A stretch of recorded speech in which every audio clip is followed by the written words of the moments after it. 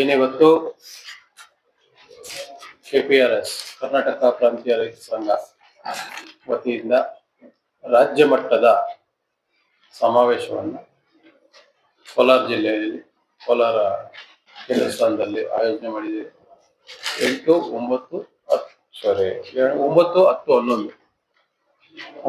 11 3 ದಿನದ ಕಾಲ ನಡೆಯುತ್ತೆ. ಅದು ಬಂದು ನಮ್ಮ ಸುದರ್ಶನ್ ಅವರು ಮಾಜಿ ಸಭಾಪತಿಗಳು ಅವರ ಅಧ್ಯಕ್ಷತೆ, ಹಾಗೆ ನಮ್ಮ KPRS ನ ರಾಜ್ಯಾಧ್ಯಕ್ಷರಾದಂತಹ ಯು ಬಸವರಾಜ್, ಇತರೆ ತಾಲೂಕಿನ ನಮ್ಮ ಕೋಲಾರ ಜಿಲ್ಲೆಯ ಎಲ್ಲ ತಾಲೂಕು ಘಟಕದ ಅಧ್ಯಕ್ಷರು ಹಾಗೂ ನಮ್ಮ ಅಧ್ಯಕ್ಷರು ವೆಂಕಟೇಶ್ ಅವರು, ಲಾಯರ್ ವೆಂಕಟೇಶ್ ಅವರು, ಈಗಾಗಲೇ ರೈತರ ಏನು ಒಂದು ಮೂಲವಾಗಿ ಒಂದು ಸಬ್ಜೆಕ್ಟ್ ನ ಬೇಡಿಕೆಗಳನ್ನ ಇಟ್ಕೊಂಡಿದ್ದೀವಿ. ಅದರಲ್ಲಿ ಮೂಲ ರೈತ ವಿರೋಧಿ ಮತ್ತು ವಾಣಿಜ್ಯ ಒಪ್ಪಂದಗಳನ್ನ ವಿರೋಧಿಸಿ ಶಾಶ್ವತ ನೀರಾವರಿಗಾಗಿ ಬೆಂಬಲ ಬೆಲೆ ಸಂಸ್ಕಾರ ಉದ್ದಿಮೆ ಸಾಲ ಮನ್ನಾ ಆಗ್ರಹಿಸಿ ವಿದ್ಯುತ್ ಖಾಸಗೀಕರಣ ಇದು ತುಂಬಾ ಇಂಪಾರ್ಟೆಂಟ್ ರೈತರಿಗೆ. ಈಗ ನಮ್ದು ಫೋನ್ಗಳಲ್ಲಿ ಪ್ರೀಪೇಡ್ ಫೋನ್ಗಳು ಬರ್ತಾವಲ್ಲ, ಆ ತರ ಮೀಟರ್ಗಳಿಗೆ ದುಡ್ಡು ಕಟ್ಟಿದ್ರೆ ಮೀಟರ್ ಆನ್ ಆಗುತ್ತೆ, ಇಲ್ಲ ಆ ತರ ಆಗೋಗುತ್ತೆ. ಈಗಾಗಲೇ ಈ ಕೇಸು ಹೈಕೋರ್ಟ್ ಅಲ್ಲಿ ಪೆಂಡಿಂಗ್ ಇದೆ. ಆ ಮೀಟರ್ ಕೊಂಡ್ಕೊಳ್ಳೋದಕ್ಕೇನೆ ಲಂಚ,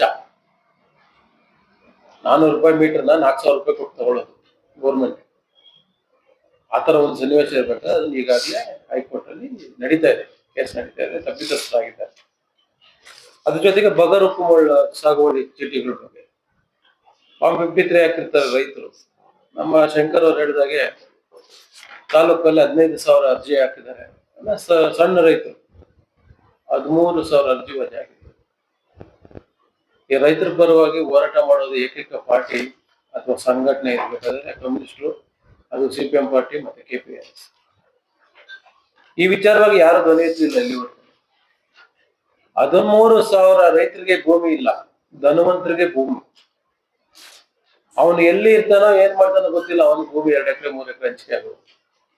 ಇವತ್ತು ಆ ವಿಚಾರವಾಗಿನೂ ಸಕ್ರಮವಾಗಿ ಬಗರ್ ಹುಕುಂ ಸಾಗುವಳಿ ಚೀಟಿಗೆ ಯಾರು ಅರ್ಜಿ ಹಾಕಿರ್ತಾರೆ ಅಂತವ್ರಿಗೆ ಭೂಮಿ ಕೊಡ್ಬೇಕು ಅನ್ನೋದ್ರ ಬಗ್ಗೆನೂ ಅದು ಇದು ಸಬ್ಜೆಕ್ಟ್ ಇದೆ.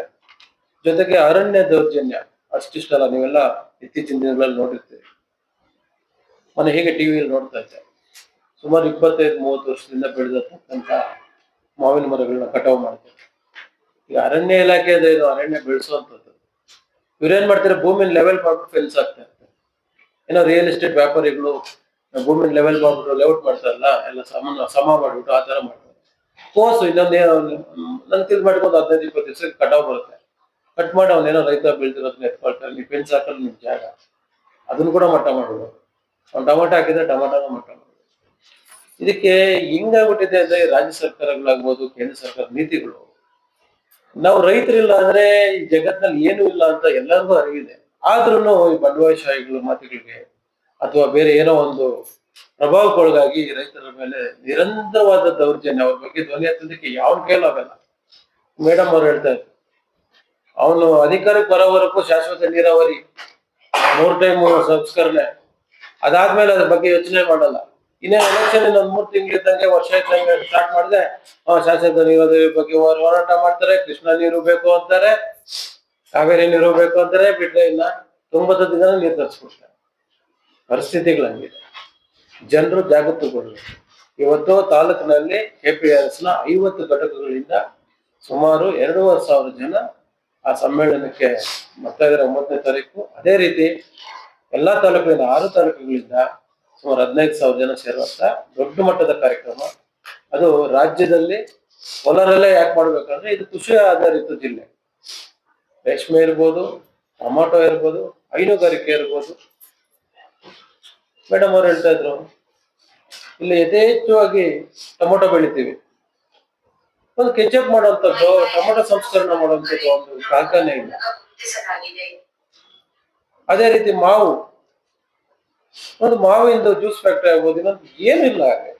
ಯಾರು ತಗೊಂಡ್ಬರ್ತಾರೆ, ಯಾವ್ದೋ ಒಂದು ಇಂಡಸ್ಟ್ರಿ ಹಾಕ್ತಾರೆ. ನಮ್ಮ ಮನೆಗೆ ಇರ್ತಕ್ಕಂಥ ರೈತ ಮಕ್ಕಳಲ್ಲಿ ಹೋಗ್ಬಿಟ್ಟು ವಾಚ್ಮೆನ್ ಕೆಲಸನ, ಆಮೇಲೆ ಅಲ್ಲಿ ಇರ್ತಕ್ಕಂಥ ವಾಶ್ರೂಮ್ಗಳನ್ನ ವಾಶ್ ಮಾಡುವಂತ ಕೆಲಸನ, ಇಂಥ ಸಂದರ್ಭದಲ್ಲಿ ನಾವು ಏನ್ ಮಾಡ್ಬೇಕು, ಇಲ್ಲಿ ಕೃಷಿ ಆಧಾರಿತ ಕೈಗಾರಿಕೆಗಳು ಬರ್ಲಿಕ್ಕೆ ನಾವು ಒತ್ತಾಯ ಮಾಡಬೇಕು. ಆ ನಿಟ್ಟಿನಲ್ಲಿ ನಾಳೆ ನಾಳಿದ್ದು ಏನು ಬಜೆಟ್ ನಡೀತಾ ಇದೆ, ಈ ಒಂದು ಮೀಡಿಯಾ ಮುಖಾಂತರ, ಈ ಒಂದು ಪತ್ರಿಕಾಗೋಷ್ಠಿ ಮುಖಾಂತರ ಮಾನ್ಯ ಮುಖ್ಯಮಂತ್ರಿಗಳಿಗೂ ಮನವಿ ಮಾಡ್ತೇವೆ. ಕೋಲಾರ ಜಿಲ್ಲೆಗೆ ಒಂದಷ್ಟು ಕೃಷಿ ಆಧಾರಿತ ಕೈಗಾರಿಕೆಗಳನ್ನ ನೀಡುವ ಬಗ್ಗೆ ಆಲೋಚನೆ ಮಾಡಬೇಕು. ನಮ್ಮ ಬೇಡಿಕೆ ಇದೆ. ಜೊತೆಯಲ್ಲಿ ಪರ್ಯಾಯ ನೀತಿ, ಕೃಷಿ ನೀತಿಗಳನ್ನ ಒತ್ತಾಯ ಮಾಡಲಿಕ್ಕೆ ಇದೊಂದು ಸಮ್ಮೇಳನ ನಡೀತಾ ಇದೆ. ನೀವೆಲ್ಲರೂ ಈ ಸಮ್ಮೇಳನಕ್ಕೆ ಬೆಂಬಲವಾಗಿ ಒಂದಷ್ಟು ಪ್ರಭಾವಿತರಾಗಿ ರೈತರಿಗೆ ತಿಳುವಳಿಕೆ ನೀಡೋ ತರ ಒಂದು ದೊಡ್ಡ ಮಟ್ಟದ ಕಾರ್ಯಕ್ರಮ ನಡೀತಾ ಇದೆ. ತಾಲೂಕಿನ ಅತಿ ಹೆಚ್ಚು ಜನಗಳು, ರೈತಾಪಿ ವರ್ಗ ಹಾಗೂ ಸಾರ್ವಜನಿಕರು ಈ ಕಾರ್ಯಕ್ರಮಕ್ಕೆ ಬರ್ಬೇಕಂತ ಎಲ್ಲರೂ ನಿಮ್ಮ ಮೂಲಕ ಮನವಿ ಮಾಡ್ಕೊಳ್ತೇನೆ. ಧನ್ಯವಾದಗಳು.